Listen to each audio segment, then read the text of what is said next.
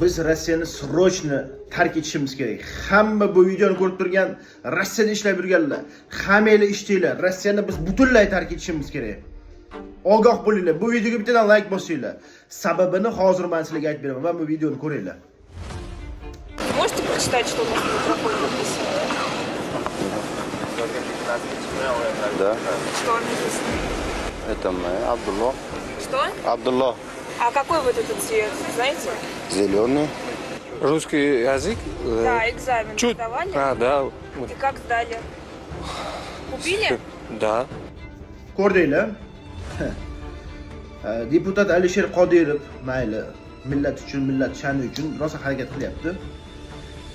Rasul Qo'shirboyev bu Rossiyani biz tark etishimiz kerak. Biz Germaniyaga ketishimiz kerak. Biz Ukrainaga ketishimiz kerak. Bir boshqa joyga ketishimiz kerak. Yevropa bizga zo'r pullarni beradi deb juda chiqib olib gapirishyapti mikrofonni olib. Men ularga husumatim yo'q, boshqa ham yo'q. Rossiyaga kim kelayotgan bo'lsa, unijinni bo'layotgan bo'lsa, men bunaqa hozirgi videoda ko'rganingdagi til bilmagan inson unijinni bo'lib yuribdi.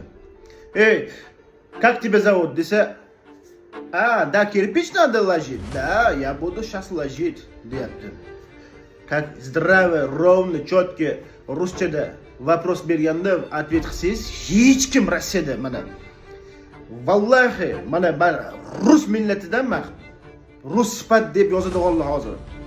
Rus millatidan men hech qanaqa yomonlik ko'rmaganman. Sababi bilan ishi yo'q birov bilan. Birov g'iybat qilmaydi, birov ko'tinka olamaydi, birovga ziyon yetmaydi.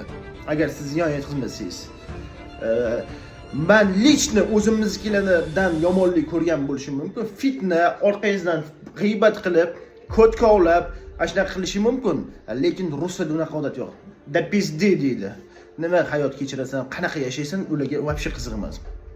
Shu o'rinda Rasul Qo'shirboyev, Alisher Qodirovlarga bir tavsiyam. Как O'zbekiston fuqarosi sifatida. Sizlar deb kabinetda o'tirib olib, Rossiyaga umuman bormaslik kerak demasdan, o'sha chegara yo aeroportda turib, qayerga ketyapsan? Ruscha bilasanmi? O'g'lim yo ukam senim deb so'roq qilishingiz kerak. So'rashingiz kerak. Mahalla komitetlar shug'ullanish kerak. Sal ruschani o'rganib, maktablarda biralga ilmni oshirish kerak deb bilaman men. Chiqon. Kuni kecha amolni urib. Okalar Rossiyada iznasilik qilib qo'yapti neruskiylar, boshqa qilyapti. Shuni hisobidan ham reydlar bo'ladi. Biz ham oppoq bir chotki insonlar emasmiz. Kafelarga borib 200 gram aroq ichib olib urushyapti, to'palan qilyapti, pichoq tiqyapti, boshqa qilyapti, bespredel qilyapti, o'g'irlayapti.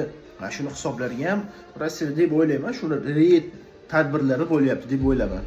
Men chisto o'zbekman. Men o'zbek millatini eng yaxshi ko'rgan millatim. Nafaqat o'zbek, Sredney Aziyadagi o'zbek, tojik, qirg'iz hammani yaxshi ko'raman.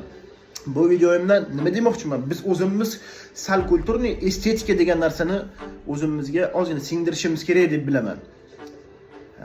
Nos chekib deb avtobusda chisto o'zim tilida gapirganda biz bu yerga keldikmi? Biz tirikchilik qilgani keldik. Mentalitetini qadrlashimiz kerak, birov mentalitetini.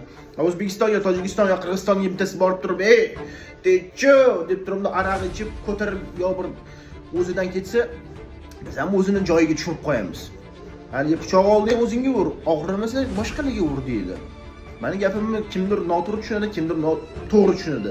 Sal ongi bor inson. Haligi O'zbekistonda kerak emas odam, Rossiyada ham kerak emas daja. O'zbekistonda hech kimga foydasi tegmagan, yo bir hunari yo'q, bir ilmi yo'q odam O'zbekistonda kerak bo'lmagan, Rossiyaga kelib, "Men o'qidim, menga ish yo'q." O'zbekistonda sen kerak emas bo'lding, Rossiyada ham kerak emassan. Sen обратно ket uyingga. Naborot bo'lishimiz kerak. Biz дружно, мирно yashashimiz kerak deb bilaman men. Meni gapimni qo'llab-quvvatlaganlar bittadan like bosib, kommentariyada обязательно fikringizni yozib qoldiringlar.